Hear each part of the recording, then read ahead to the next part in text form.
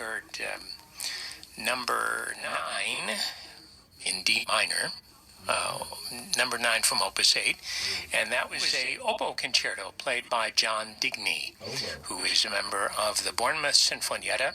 Ronald Thomas, the conductor I mentioned, is also solo violinist for the pieces that feature the violin.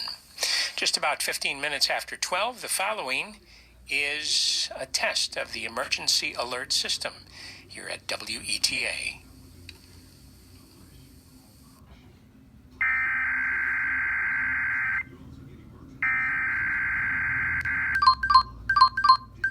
Test alert. Test alert.